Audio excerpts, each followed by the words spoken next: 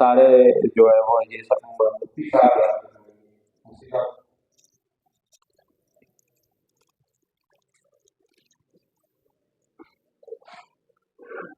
نحمده ونصلي ونسلم على رسوله الكريم اما بعد فاعوذ بالله من الشيطان الرجيم بسم الله الرحمن الرحيم واتموا الحج والعمرة لله وقال رسول الله صلى الله عليه وسلم من حج لله فلم يرفث ولم يفسق رجع كيوم ولدته امه او كما قال عليه الصلاة والسلام۔ قبل اس کے کہ میں مناسک شروع کروں، یہ سمجھ لیجئے کہ وزارت مذہبی امور نے آپ کے لیے 2 مرتبہ حج تربیت کا اہتمام کیا ہے۔ ایک تو جیسے ابھی آپ تشریف لائیں، اور ایک انشاءاللہ رمضان مبارک کے بعد بھی آپ کے لیے اہتمام ہوگا۔ لیکن میں بتانا یہ چاہتا ہوں کہ یہ جو آج کا سیشن ہے، اس میں ہمارا زیادہ فوکس جو ہے وہ انتظامی امور پر ہے اور تھا۔ مناسک ذرا مختصراً بتائے جائیں گے، اور جو ہمارا سیشن انشاءاللہ رمضان مبارک کے بعد ہے اس میں مناسک ذرا انشاءاللہ تفصیل سے ہوں گے۔ تھوڑا سا تیز کر دینا آواز تیز۔ مناسک کہتے ہیں عمرے اور حج کا طریقہ کار۔ حضرت ابراہیم علیہ السلام نے بیت اللہ کی تعمیر فرمائی اللہ کے حکم سے۔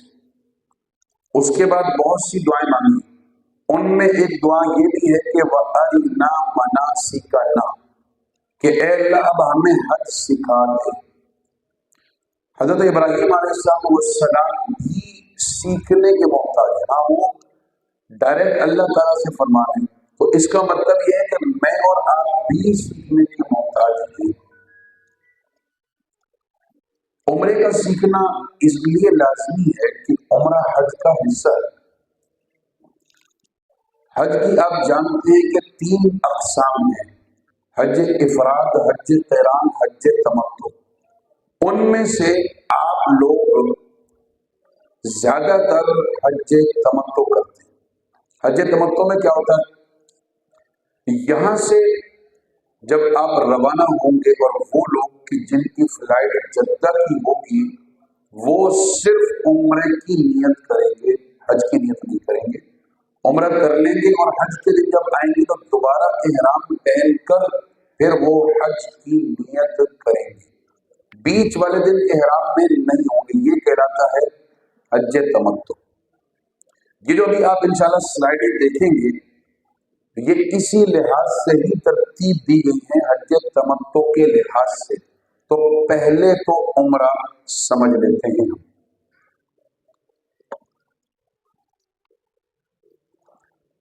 عمرے میں 2 فرض ہیں اور 2 واجب ہیں۔ عمرے کا پہلا فرض ہے احرام، اور دوسرا فرض ہے بیت اللہ کا طواف۔ عمرے کا پہلا واجب ہے صفا مروہ کی سعی کرنا، اور دوسرا واجب ہے بال کٹوانا، حلق یا قصر۔ عمرے کا پہلا فرض احرام۔ احرام صرف 2 چادروں کو ہی نہیں کہتے، بلکہ 3 چیزیں مل کر احرام کہلاتی ہیں۔ دوسری 2 چیزیں ہیں نیت کرنا اور لبیک پڑھنا۔ اب وہ لوگ کہ جن کی فلائٹ جدہ کی ہے، ان کے بارے میں آپ سمجھ چکے ہیں کہ وہ کراچی سے ہی احرام پہن کر جائیں گے، اور جن کی فلائٹ مدینہ منورہ کی ہے وہ کہاں سے احرام پہنیں گے؟ نواب شاہ سے پہن کے جائیں گے یا کراچی جا کے پہنیں گے؟ وہ پہن کر ہی نہیں جائیں گے، احرام نہیں پہنیں گے، بلکہ وہ عام کپڑوں میں جائیں گے، اور جب مدینہ منورہ میں اپنے دن مکمل کرنے کے بعد روانہ ہوں گے مکہ مکرمہ جانے کے لیے، اس وقت وہ احرام پہنیں گے۔ احرام سے متعلق کچھ باتیں سمجھ لیجیے۔ احرام سے پہلے غسل کرنا سنت ہے، اور جیسے یہاں سلائڈوں میں آپ دیکھ رہے ہیں کہ اگر ناخن وغیرہ کاٹنے ہیں، بال کاٹنے ہیں، وہ کاٹ لیں۔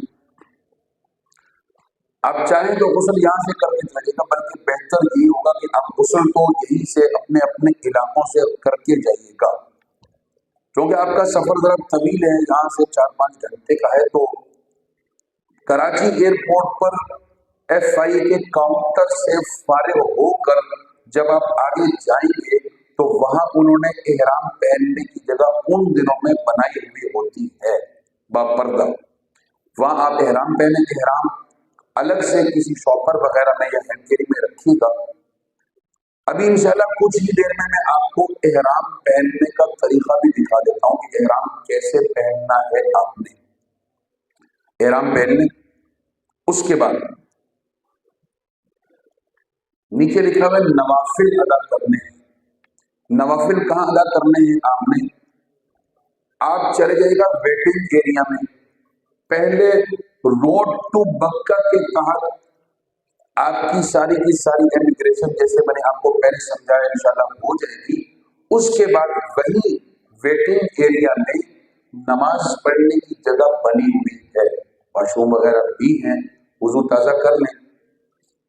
ایک چیز یاد رکھیں کہ واش روموں میں جا کر احرام نہ پہنیے گا، کیوں؟ ناپاک یا گیلا میلا ہونے کا خطرہ ہے اس میں، الگ سے انہیں جگہ بنا رکھی، وہاں تسلی سے احرام لیں۔ تو 2 رکعت نماز پڑھیں، نیت یہ کریں کہ میں 2 رکعت سنت الاحرام پڑھ رہا ہوں یا پڑھ رہی ہوں۔ بہتر ہوگا پہلی رکعت میں قل یا ایھا الکافرون، دوسرے میں قل هو اللہ۔ نماز پڑھ لی آپ نے، اس کے بعد اگلا کام ہے نیت کرنا اور لبیک پڑھنا۔ یہ نماز کے بعد آپ نہیں کریں گے۔ ہاں، جو لوگ مدینہ منورہ سے مکہ مکرمہ جا رہے ہوں گے وہ تو وہی مسجد میں 2 رکعت نماز پڑھ کے نیت بھی کریں گے اور لبیک بھی پڑھیں گے۔ کراچی سے جانے والے نیت کریں گے جہاز اڑنے کے بعد۔ اس کی وجہ آپ کے لیے اپنی آسانی ہے کہ اگر آپ نے فوراً ہی نیت کر لی تو آپ پر احرام کی پابندیاں شروع ہو جائیں گی۔ اللہ نہ کرے کسی وجہ سے فلائٹ لیٹ ہو گئی تو آپ کو احرام کی پابندیوں میں رہنا پڑے گا جہاز اڑنے کے تھوڑی دیر کے بعد۔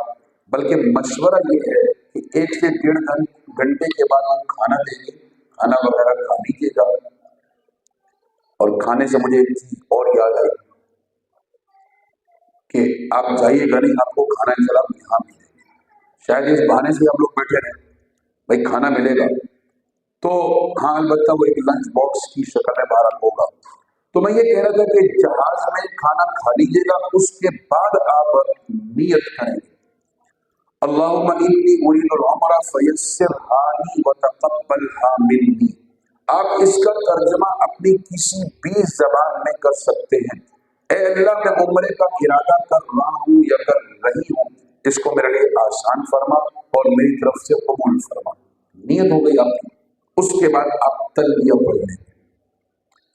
اب ہم بھی پڑھ لیتے ہیں اور یہ حال گونج جانا چاہیے اس حوالے سے بھی کہ پتہ چلے کہ ضیوف الرحمان یعنی اللہ تعالیٰ کے مہمانوں کا یہ اجتماع ہے۔ لبیک اللہم لبیک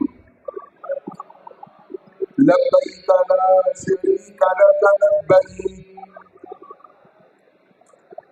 ان الحمد والنعمت لک والملک لا شریک لک۔ اب سب ہم مل کر پڑھتے ہیں ساتھ ساتھ لبیک اللہم لبیک لبیک لا شریک لک لبیک ان الحمد والنعمت لک والملک لا شریک لک لبیک اللہم لبیک لبیک لا شریک لک لبیک ان الحمد والنعمت لک والملک لا شریک لک۔ ہم پاکستانی جو ہے نا وہ ان طرح کی چیزوں میں شرماتے ہیں۔ دوسرے ممالک سے جو لوگ آتے ہیں ماشاءاللہ وہ بہت اہتمام سے اور اونچی آواز سے تلبیہ پڑھتے ہیں۔ ہم لوگ اگر لڑیں گے تو پھر تو اونچی آواز سے لڑیں گے، لیکن جہاں ذکر کا معاملہ آتا ہے پھر شرم آ جاتی ہے۔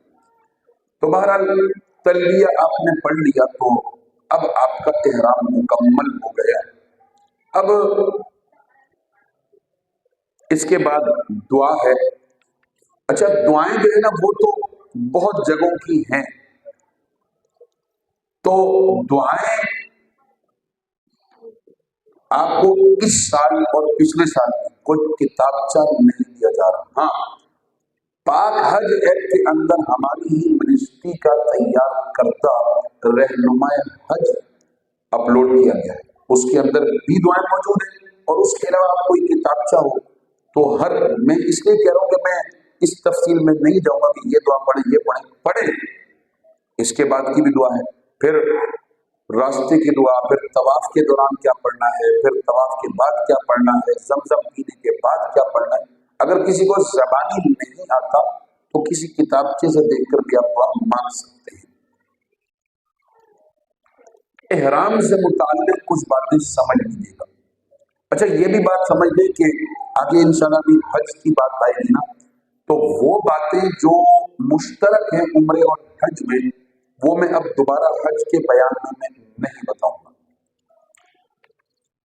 مردوں کا احرام تو ہوتا ہے 2 چادریں ہیں، ابھی میں انشاءاللہ آپ کو دکھاتا رہوں کہ احرام کی چادر کیسے پہننی. لیکن اس سے پہلے یہ سلائڈ آپ دیکھیں کہ خواتین کا الگ سے کوئی احرام نہیں ہوتا، ان کے عام کپڑے ہی ان کا احرام ہے. البتہ سعودی حکومت کی ہدایت ہے کہ خواتین برقع یا عبایا لازمی استعمال کریں. عام زندگی میں اگر کوئی خاتون نہ بھی کرتی ہو استعمال تو احرام میں لازمی استعمال کر لیں. پھر یہ جو ایک اسکارف ہے، خواہ یہ وائٹ کلر کا ہو یا بلیک کا ہو، یہ بھی لینا ہے. احرام کوئی بھی نہیں، یہ سب پردے کے لیے. اس کے بعد خواتین حالت احرام میں چہرے پر کپڑا نہیں لگا سکتی. لیکن یہ نیچے جیسے لکھا ہوا ہے نا، یہ آخری سلائڈ آپ دیکھ رہے ہیں کہ نقاب اس طرح ڈالا ہے کہ پردہ ہو جائے مگر کپڑا چہرے کو نہ لگے. اور اس کے لیے یہاں یہ دیکھ رہے ہیں، اس کو پی کیپ بھی کہتے ہیں. یہ احرام نہیں ہے، یہ چہرے کا پردہ کرنے کے لیے ہے. اس طریقے کا یہ ہوتا ہے اور اس میں آگے گتا لگا ہوتا ہے. یہ جب چہرے پر خواتین رکھ لیتی ہیں تو پردہ ہو جاتا ہے اور چہرے پر کپڑا نہیں لگتا. بعض خواتین پوچھتی ہے کہ ہوا سے توڑ کر اگر یہ تھوڑا بہت لگ جائے تو کوئی حرج نہیں ہے، مستقل نہیں لگتا اور لگنا چاہیے بھی نہیں. یہ تو ہو گیا اس لحاظ سے کہ خواتین کا احرام. تو پردے کا اہتمام بہرحال کرنا ہے، خواتین نے حالت احرام میں بھی کرنا ہے. حالت احرام کے علاوہ تو جو عام اسکارف ہے اس سے پردہ کر لیں گے. پھر خواتین کے لیے چپل والی پابندی نہیں، وہ جو بھی چپل پہنے بوٹ پہنے. ہاں اس میں آخری سلائڈ میں لکھا ہوا ہے کہ جو ہیل والی چپل ہے وہ جس کی ایڑی اونچی ہوتی ہے وہ نہ پہنے، کیونکہ اتنا رش ہوتا ہے کہ نارمل چلنا ہی مشکل ہوتا ہے. تو وہ والی اس طرح کی چپل وہ لے کر ہی نہ جائیں. خواتین ایک بات اور بھی سمجھ لیں، وہ یہ ہے کہ یہ جو اسکارف ہے، بعض خواتین یہ سمجھتی ہیں کہ یہ ہمارا احرام ہے اور وضو کرتے وقت وہ اس کو اتارتی نہیں ہے بلکہ اس کے اوپر مسح کر لیتی ہیں. تو اگر ایسا کرے گی تو ان کا وضو نہیں ہوگا، کیونکہ مسح کرنا وضو میں فرض ہے اور مسح بالوں پر کرنا ہے، کپڑوں پر نہیں کرنا. لہذا خواتین جب مسح کریں تو اس کو ہٹا کر سر کے بالوں پر مسح کریں اور پھر اس کا دوبارہ اوپر کر لیں. یہ تفصیل ہو گئی خواتین کے احرام سے متعلق. اب میں آپ کو کچھ تفصیل مردوں کے احرام کی بتا دیتا ہوں. چلو وہ تھوڑا سا اس طرف کر دیجیے گا، میں احرام ماننا چاہوں گا، اس کو موڑے نیچے سے اوپر دے رہا. مرد حضرات نے احرام کیسے پہننا ہے؟ نظر آ رہا ہے سب کچھ؟ اچھا اب یہ سمجھ لیجیے کہ احرام کیسے پہننا ہے. ابھی میں آپ کو ایک طریقہ دکھا تو رہا ہوں، لیکن احرام پہننے کا صرف یہی ایک طریقہ نہیں، کئی طریقے ہیں. میں آپ کو باقی نہیں بتاؤں گا اس لیے کہ ایسا نہ ہو کہ آپ کو کوئی ایک بھی سمجھ میں نہ آئے. ایک بتا رہا ہوں، گھروں میں اس کی مشق بھی کر لیں، اور اگر کسی کو کوئی اور طریقہ آتا ہے تو اس طریقے سے بھی پہن سکتے ہیں. دو چیزیں ہیں مین احرام میں. نمبر ایک تو ہے سب سے اہم چیز سطر پردہ ہو، اور نمبر دو مضبوطی.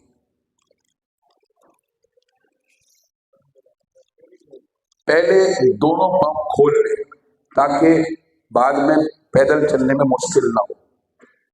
چادر کا یہ حصہ بڑا رکھیں اور اس کو دور تک یہاں تک اندر لے کر آ جائیں، اور اس حصے کو واپس لائیں اور نیچے سے اوپر فولڈ کر لیں.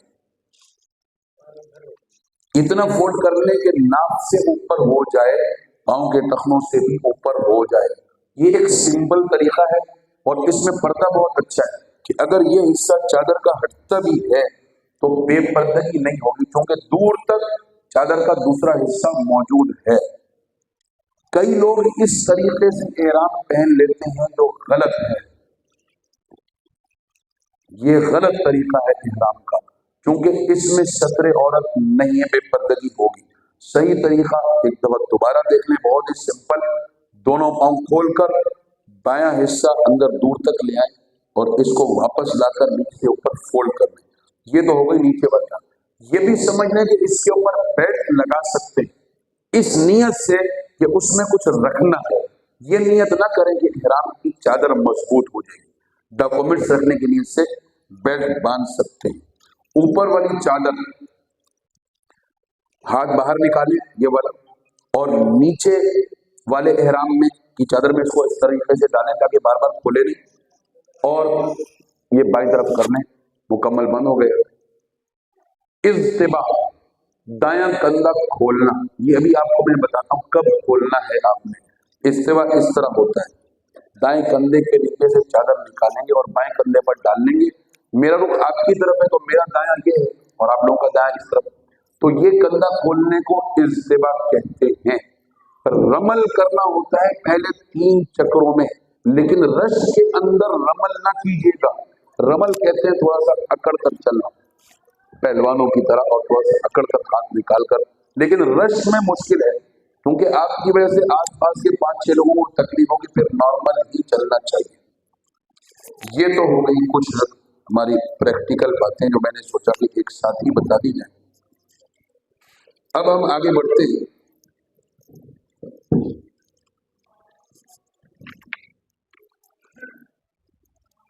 بات پہنچی تھی کہ احرام ہو گیا، یعنی آپ نے نیت کر لی، لبیک پڑھ لی. اب کچھ احرام کی پابندیاں ہیں، ان کو سمجھ لیجیے کیا ہے. 2 طرح کی پابندیاں ہیں. ایک وہ ہے جو خواتین اور مرد دونوں کے لیے، اور ایک وہ ہے جو صرف مردوں کے لیے. میں بتاتا جاؤں گا کہ کون سی پابندی کیسی ہے. سر اور چہرہ مرد حضرات نے کھلا رکھنا ہے. ٹوپی نہیں پہننی، کوئی کپڑا سر اور چہرے پر نہیں آنا چاہیے. جب سوئیں گے تو یہاں تک کپڑا لے کر سوئیں گے، چہرے پر نہیں. وضو کے بعد یا پسینے کی وجہ سے چہرے پر کپڑا استعمال نہیں کریں گے. باقی کپڑے سے پسینہ یا وضو کا پانی صاف کر سکتے ہیں. ٹیشو پیپر استعمال چہرے پر بھی کر سکتے ہیں، پسینہ صاف کرنا ہے، نزلہ وغیرہ، لیکن سادہ ٹیشو پیپر ہونا چاہیے، خوشبو والا ٹیشو پیپر نہیں ہونا چاہیے. مرد حضرات کے لیے ابھی ویسے تو یہ اگلی سلائڈ میں یہاں دیکھ رہے ہیں آپ، پہلے ہی آ رہا ہے نا کہ سلا ہوا کپڑا بھی پہننا منع ہے. تو مرد حضرات کسی قسم کا سلا ہوا کپڑا نہیں پہنے گے. یہاں تو وگ کا بھی لکھ دیا، وگ بھی نہیں پہننی، لیکن انڈر ویئر، بنیان، موزے، دستانے، یہ سب چیزیں مردوں کے لیے منع ہیں، خواتین کے لیے منع نہیں ہے. تو ٹھیک. ناخن یا بال کاٹنا مردوں کے لیے بھی منع ہے، خواتین کے لیے بھی منع ہے. اچھا اب یہ ہے کہ آپ حضرات کے پاس یہ پرچیاں آ رہی ہیں. پرچی ہر شخص نہیں لے گا. جس شخص نے کوئی سوال کرنا ہے وہ ہاتھ کھڑا کر دے، ہمارے نمائندہ اس تک پرچی پہنچائے گا. پرچی آئے گی آپ کے پاس ابھی، تو جس کو چاہیے ہوگی وہ ہاتھ کھڑا کرے گا، اس کو پرچی دے دی جائے گی. سب نہیں، اس پہ سوال لکھ لیجیے گا، بعد میں وہ سوال ہم تک پہنچا دیا جائے گا. مناسک کے متعلق ابھی سوال نہ لکھیں، کیونکہ ابھی تو بہت ساری باتیں رہتی ہیں، ابھی ہم نے شروع کیا. باقی انتظامی امور سے متعلق سوال ابھی بھی آپ لکھ سکتے ہیں، مناسک کا بعد میں لکھ لیجیے گا. جس کو پرچی چاہیے سوال کے پوچھنا ہے لکھ کر تو وہ اپنا ہاتھ کر دیں. بہتر ہوگا اس میں اگر اپنا موبائل نمبر بھی لکھ دیجیے گا، اس کی وجہ کہ اگر کوئی سوال کا جواب ہم سے رہ بھی جاتا ہے تو میں ان کو انشاءاللہ اپنا بھی نمبر دے دوں گا اور ان کو میں ان کا سوال کا جواب واٹس ایپ وغیرہ پر دے دوں گا. اچھا جی، دستانے موزے پہننا مردوں کو منع ہے، خواتین کو منع نہیں ہے. خوشبو والی کوئی چیز استعمال مردوں کو بھی منع ہے، خواتین کو بھی منع ہے. خوشبو والی کوئی چیز استعمال نہیں کر سکتے. کیا مطلب؟ ہاتھ دھونے کے لیے سادہ صابن رکھیے گا، مل جاتا ہے بغیر خوشبو والا. اور ٹیشو پیپر کا بھی جیسے میں نے کہا تھا بغیر خوشبو والا. الائچی، پان، چھالیا، سونف، دال چینی کھا بھی نہیں سکتے، خوشبو والی چیز نہیں کھا سکتے. ہاں باقی جوس پی سکتے ہیں، آپ فروٹ کھا سکتے، اس میں کوئی حرج نہیں. لباس کے متعلق آپ نے سمجھ لیا. مرد حضرات چپل کیسی پہنے کے پیچھے آپ نے تصویر میں دیکھ لیا تھا، یا تو ہوائی چپل جس میں بیچ والی ہوئی ہڈی بھی نظر آئے، دونوں طرف کے ٹخنے بھی نظر آئے، یا اگر کوئی ہائی سینڈل ہے تو ہائی سینڈل بھی ایسی ہو کہ جس میں یہ ہڈیاں نظر آئیں تو ٹھیک ہے، ورنہ نہیں. حج سینڈل اگر کسی نے استعمال کرنی بھی ہو تو پہلے اپنے علماء سے پوچھ لیں کہ حالت احرام میں یہ استعمال کر سکتے یا نہیں کر سکتے. وہاں پودے وغیرہ اکھاڑنا وہ منع ہے. جھگڑا کرنا، فرض گوئی کرنا وہ ویسے بھی منع ہے. فلا رفث ولا فسوق ولا جدال فی الحج. لیکن احرام میں اور حج میں غصہ بہت آتا ہے، چونکہ زیادہ کراؤڈ زیادہ ہوتا ہے، موسم کی شدت بھی ہوتی ہے، اور ہم میں سے ہر شخص چاہتا ہے کہ میرے ساتھ وی آئی پی سلوک ہو. ایسا ہوتا نہیں تو غصہ باہر آتا ہے. اس لیے خاص طور پر اللہ تعالیٰ نے اس کا ذکر بھی کیا ہے. وہاں کوئی گری ہوئی چیز ہے تو وہ اٹھائیں گے آپ، چونکہ ہو سکتا ہے کسی نے یہ شکایت درج کروائی کہ میری فلانی چیز گم ہو گئی ہے، وہ آپ کے پاس سے برآمد ہوئی. اگر اٹھا رہے ہیں تو وہاں لاسٹ اینڈ فاؤنڈ ان کا بنا ہوا ہے، وہاں جا کے جمع کروا دیں. اب ہم آگے آتے ہیں عمرے کی طرف. اب پہنچ گئے مکہ مکرمہ.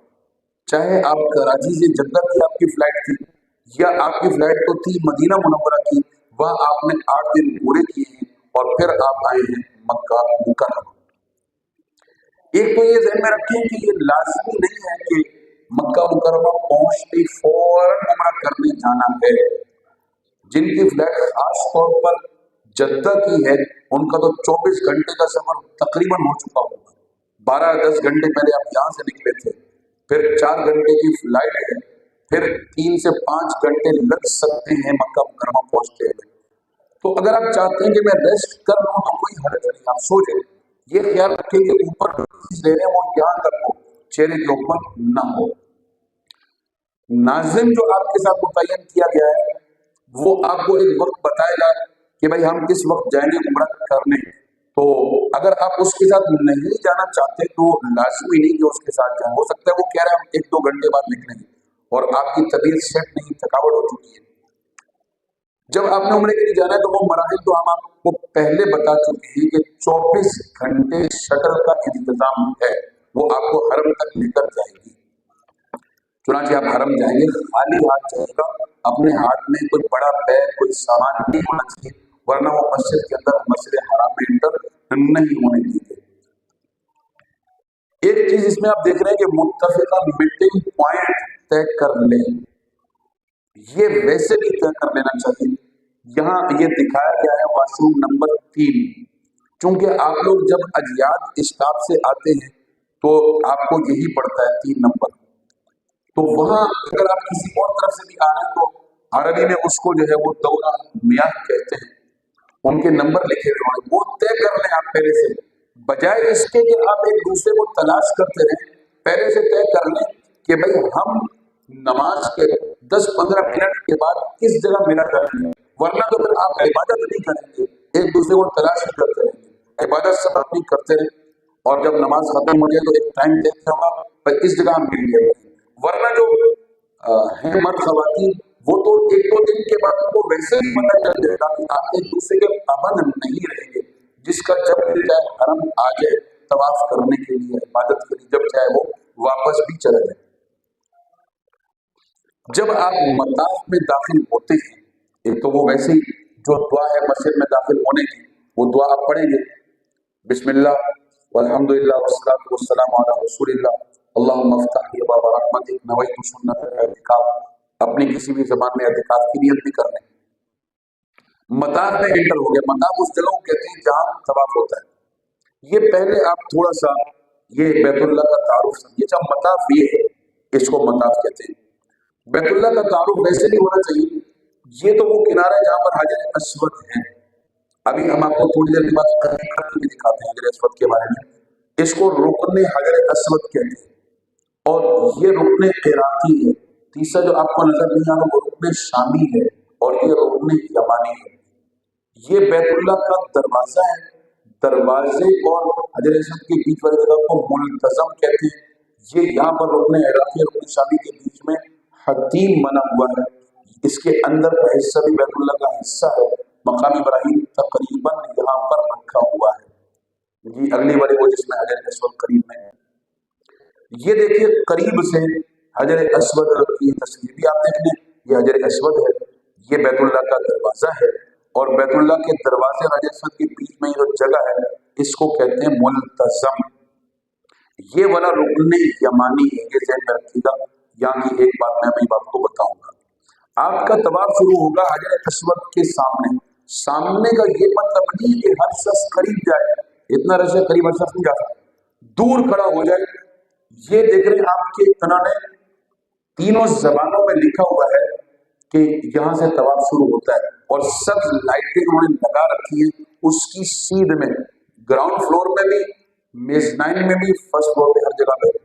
تو آپ نے اپنا رخ کر لینا حجر اسود کی طرف، اور چند کام آپ نے کرنے۔ کیا کیا کرنا ہے؟ سب سے پہلے تو آپ نیت کریں کہ اے اللہ میں عمرے کا طواف کر رہا ہوں یا کر رہی ہوں، اس کو میرے لیے آسان فرما اور میری طرف سے قبول فرما۔ اس کے بعد مرد حضرات جو ہیں وہ اجتباع کریں گے، جو ابھی آپ کو دکھایا بھی تھا ہم نے کہ اجتباع جو ہے یہ ایک بنے گا، اس کو دائیں کندھا اجتباع میں نے آپ کو کر کے دکھا دیا۔ یہ اس طریقے سے ہوتا ہے جیسے آپ دیکھ رہے ہیں کہ یہ کندھا جو ہے یہ کھلا ہوا ہے، تو یہ اب کرنا ہے طواف شروع کرنے سے پہلے۔ ٹھیک ہے، باہر نکلے، جو اجتباع کر لیا آپ نے، اس کے بعد آپ نے استقبال کرنا ہے۔ استقبال کا طریقہ یہ ہے جیسے نماز کی شروع میں آپ بتاتے ہیں بسم اللہ لا الہ الا اللہ واللہ اکبر وللہ الحمد والصلاۃ والسلام علی رسول اللہ کہہ کے ہاتھ چھوڑ دیں، ایسا کرنے کو کہتے ہیں استقبال حجر اسود۔ اچھا جو میں نے پڑھا ہے نا، اگر اس میں کمی بیشی ہو جائے تو کوئی حرج نہیں ہے۔ اس کے فوراً بعد استعلام کرنا ہے۔ استقبال شروع میں صرف ایک ہی دفعہ کرنا ہے، استعلام ہر چکر میں کیا کریں گے۔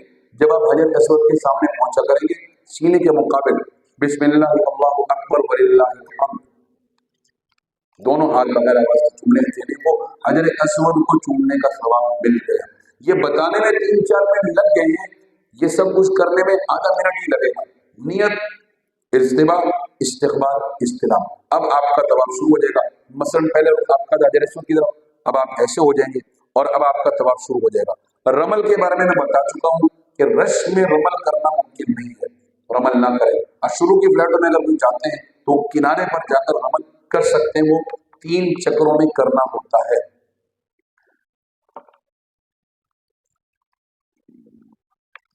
اب طواف کے دوران پڑھنا کیا ہے؟ تو طواف کے دوران تیسرا کلمہ سب کو یاد نہیں ہے، وہ سنت ہے۔ کوئی کتاب کھول کر دعا مانگے گی بڑی مشکل ہو جائے گی، اپنے آپ کو بھی سنبھالنا ہے، کتاب بند رکھیں۔ تیسرا کلمہ سب کو یاد ہے، اپنی زبان میں کوئی بھی دعا مانگ سکتے ہیں، تلاوت کر سکتے ہیں، بہتر ہے تیسرا کلمہ۔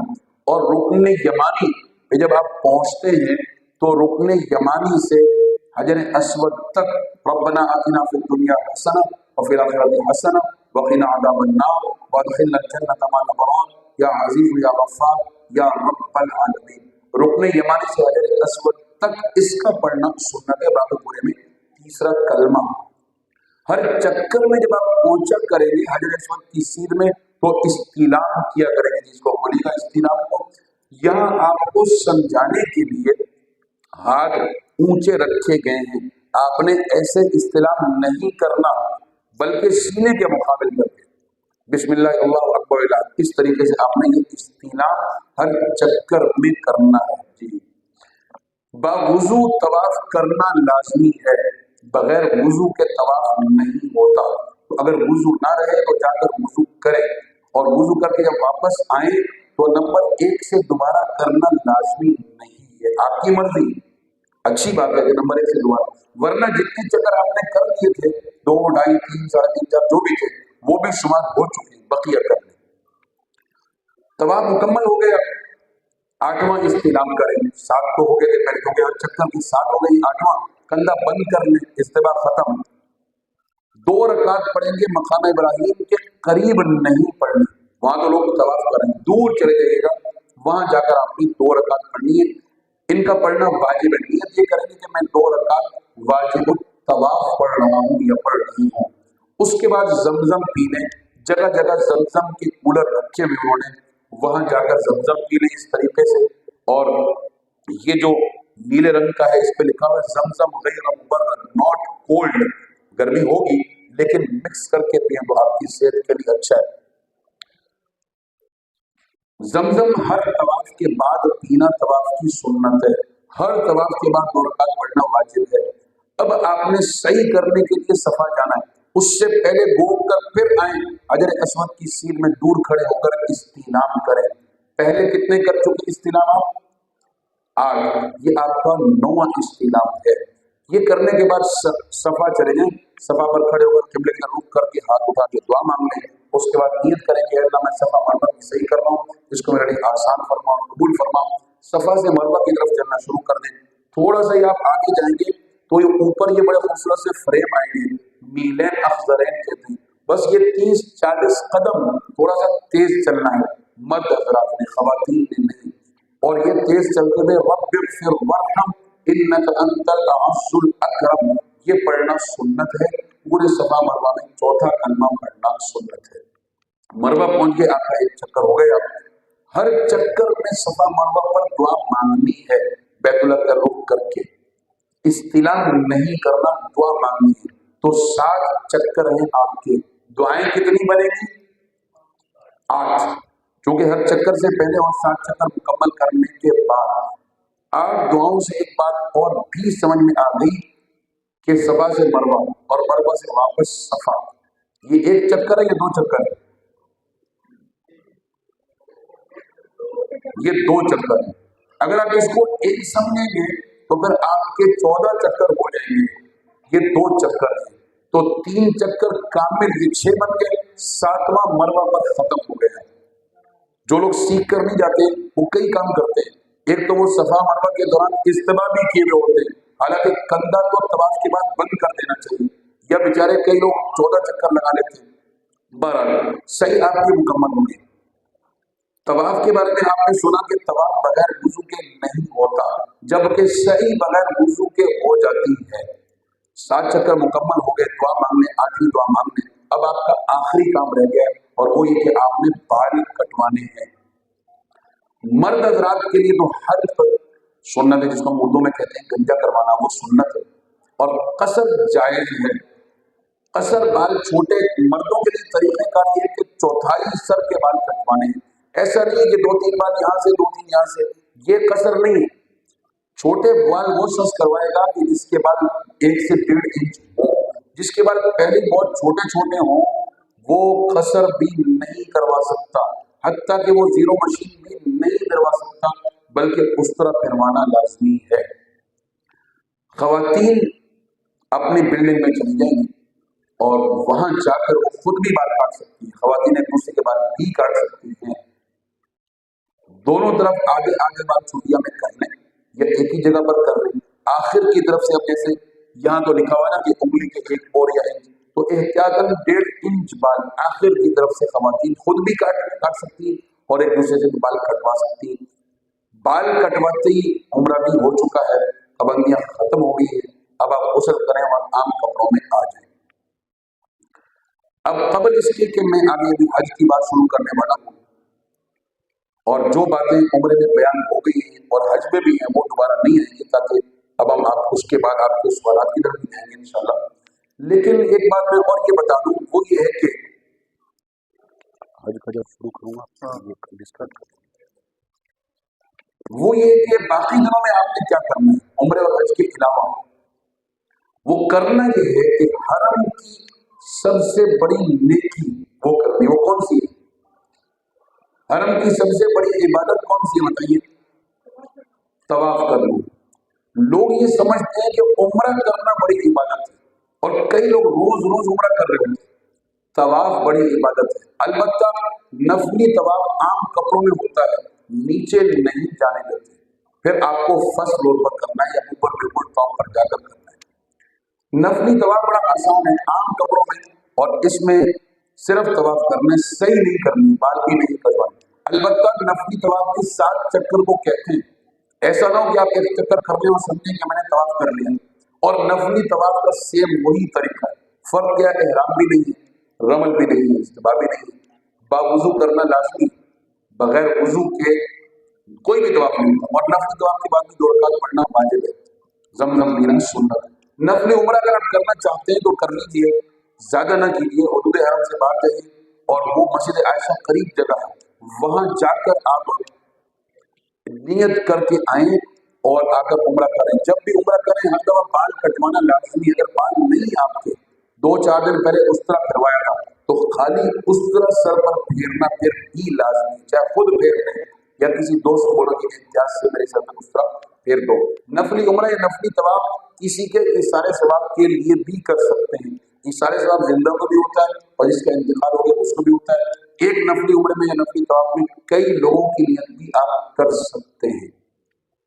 اب میں آتا ہوں حج سے متعلق مناسک کی طرف، مناسک حج کی طرف.